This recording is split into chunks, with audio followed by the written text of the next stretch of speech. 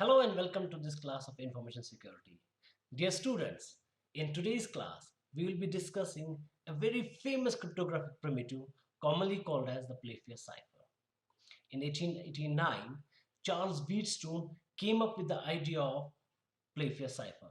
However, the cipher got its name from Lord Playfair, who actually promoted the use of this particular primitive. Unlike other conventional substitution ciphers, the approach taken by the Playfair cipher is a symmetric diagram substitution. Symmetric because of the fact that the same key is used both by the encryptor as well as the decryptor. The sender makes use of the particular key, and that same key is also used by the receiver to decrypt the information that has been encrypted by the sender. Additionally, these conventional substitution ciphers they use to encrypt one letter at a time.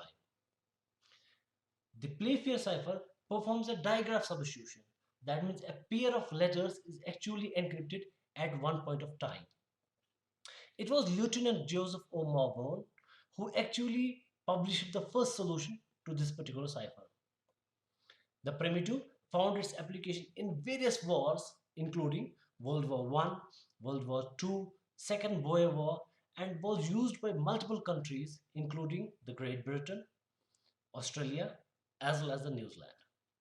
Let's take a look at the implementation details of this particular cipher. To begin with, we need to choose a keyword. Remember, this will act as a key and it will be used both by the sender as well as the decryptor or the receiver. A simple rule needs to be followed while we are choosing this key. The rule is no repeating letters. Simply said, that the keyword that you have just chosen cannot contain two occurrences of the same letter.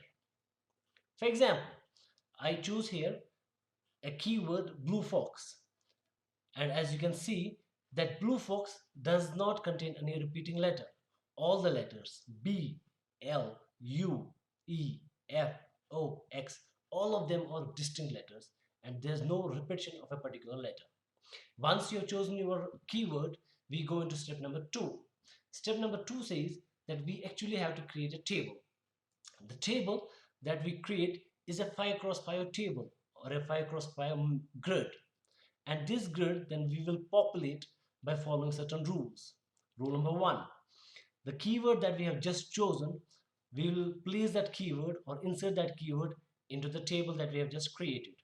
Once we have done that, as you can see that there are only 25 possible locations or positions that we can use, and the English alphabet contains 26 letters. So the letter J in this case will share its space with letter I. In other words, we say that the letter J and the letter I, they are merged together in one cell. Once we have populated the table with our desired keyword, we will then populate it with the rest of the alphabets. Let's take a look how we can do that. This is our 5 cross 5 table and the keyword is blue fox. So we'll first populate our table by using blue fox keyword. Next, we'll populate it with the rest of the alphabetic letters. However, you can notice here that the letter J has not been written.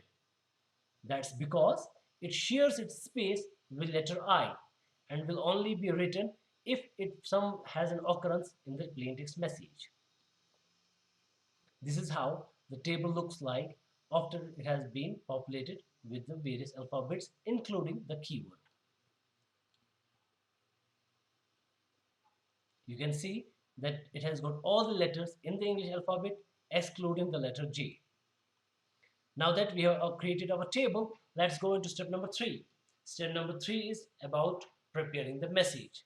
Since at the very introduction, I told you that it's a digraph substitution. That means all those letters in the message will be split together, split into different pairs. Certain rules that we need to follow during preparation of the message is that if there are two letters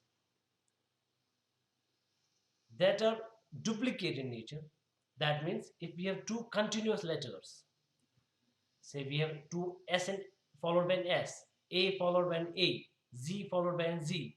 So these are duplicate letters. If there's a case of duplicate letters, then we will remove the second occurrence of the letter and replace it with the letter X. Also, if there's an odd number of letters, naturally we cannot form the even pairs. We cannot form the pairs. Why? Simply because we will be left with a single letter at the end. In that case, we'll be inserting a Z towards the end of the message to make a pair for the last letter as well. Additionally, we'll also be ignoring all the spaces, blank spaces that are there in your message. Let's take a look at some examples. Example number 1, the message says attack west. If I try to divide it into digraphs, it will look like ATTACKWEST. As we can see, no repeating letters are there. Even though you can see that there are two T's, but they are part of two different pairs. AT is the first pair, TA is the second pair. So we cannot say that they are consecutive. So this is one case. Second case is we have a message follow them. In this case, when I try to create the digraphs, you can see that there are two L's, two consecutive L's in a diagram. In this case, we will replace the second occurrence of the L with an X. Take a look at another example. The message 3 that I have here is the word instruments.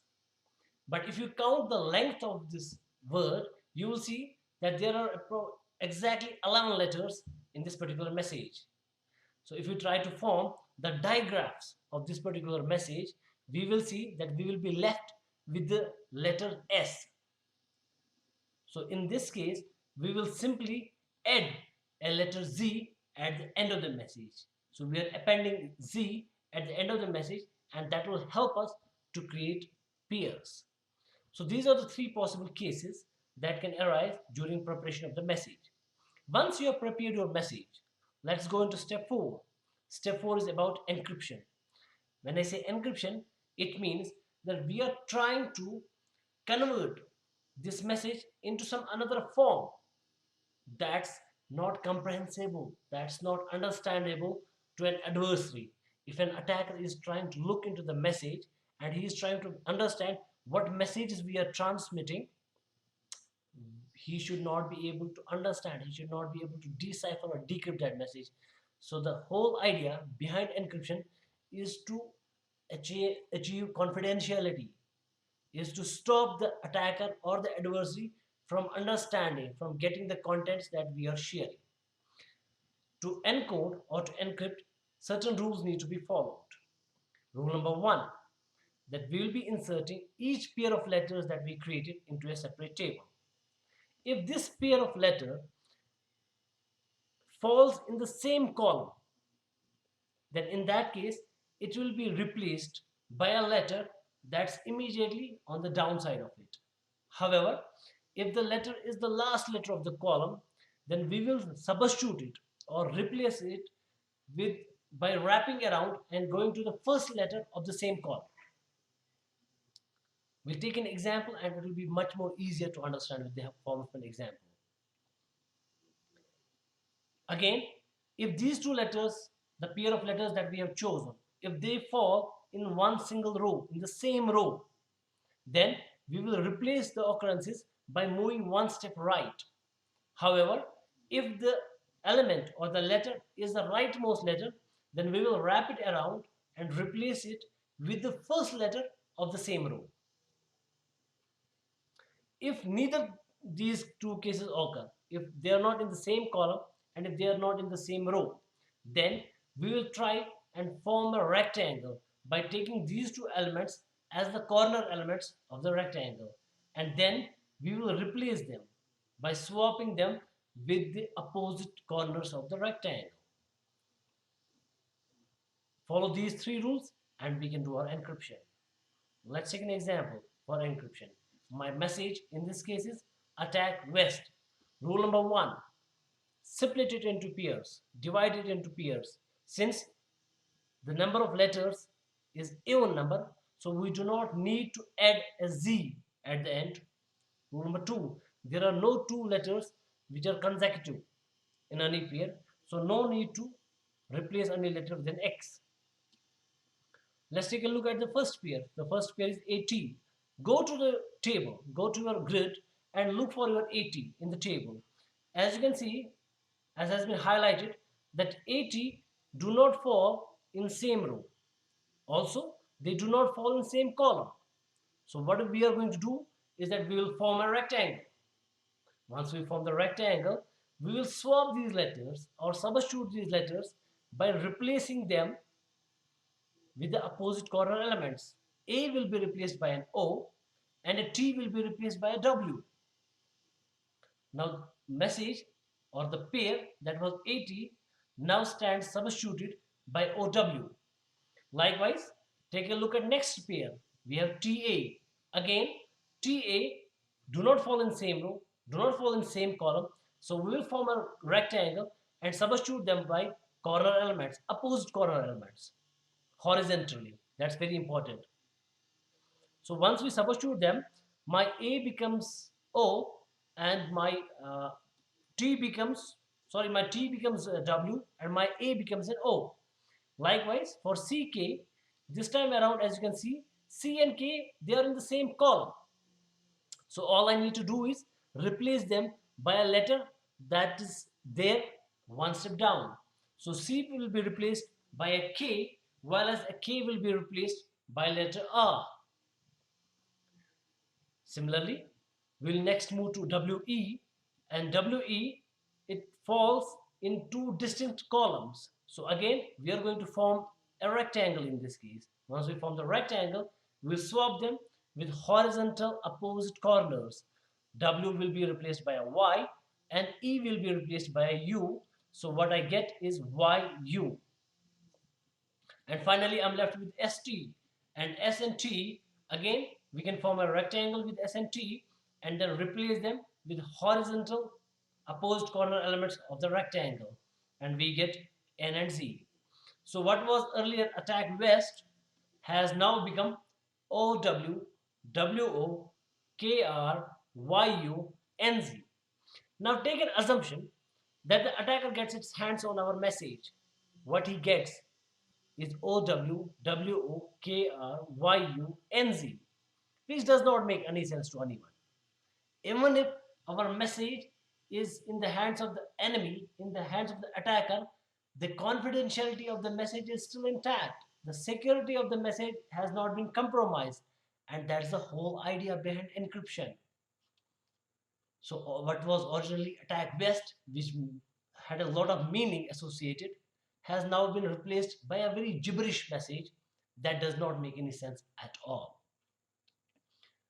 So we have the message and now we have converted into a form what's commonly called as a ciphertext. This ciphertext will now be transferred over to the receiver, and the job of the receiver is to decrypt this message using the same keyword that we have used during the encryption phase. For the decryption purposes, again we have some rules. The rules are very much similar to the encryption rules, except for the fact that they do the reverse of what was being done in the encryption side.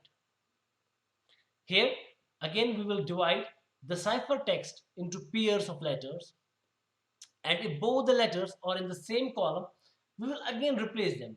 But in case of encryption, we were substituting them with one letter down. In case of decryption, we will be replacing them by going one letter up.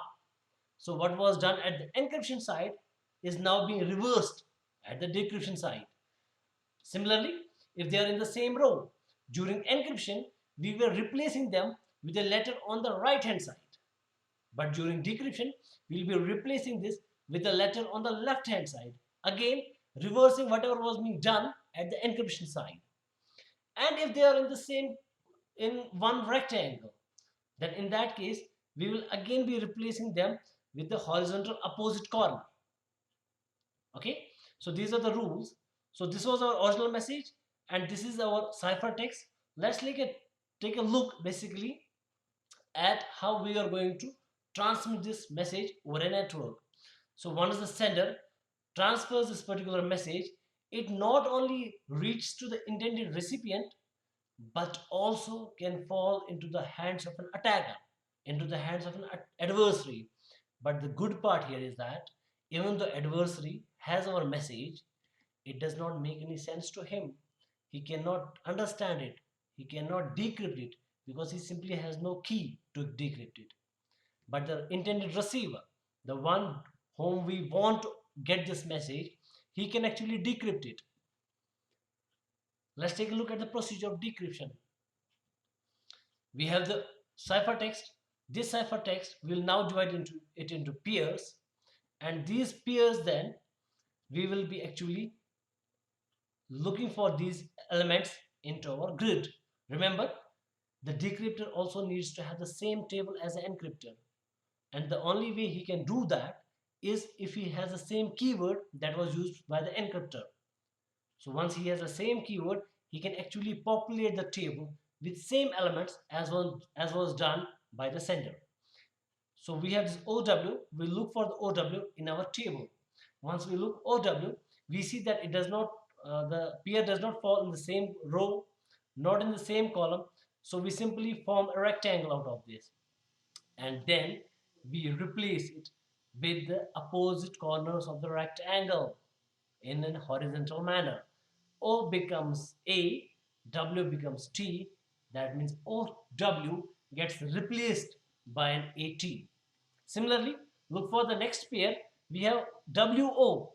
Now WO, we see that again they are in different rows and different columns. So simple, form a rectangle. Once I form a rectangle for these two elements, then my W gets replaced by T, opposite corner of the rectangle. My O gets replaced by O, A, opposite corner of the rectangle. And WO gets substituted by TA. Move to the next pair. We have KR. In case of KR, we see that they both fall in the same column. In encryption, to encrypt it, we were moving one step down, but in decryption, we'll be going one step up.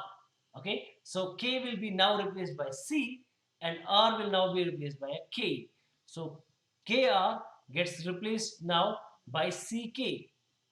Finally, we have YU, and again in case of YU, we can see that it can form a rectangle, and Y gets replaced by a W, opposite end of the corner, and U gets replaced by an E. So overall, YU will be substituted by WE. And finally, the last pair we have of NZ. NZ again forms a rectangle. So we'll substitute them by opposite corner elements. N becomes an S, Z becomes a T, and what we got is ST. Now take a closer look at this message that we have created. What was initially OW, WO, KR, YU, NZ, read it together, it's attack west. It's the same message that the encryptor actually had, and he encrypted this and formed a ciphertext out of it. This is the job of an encryption algorithm, and this is what your play fair algorithm does. It maintains the security of your message, it maintains the confidentiality of your message. I hope things are very clear to you. We'll meet in the next class. Thank you very much.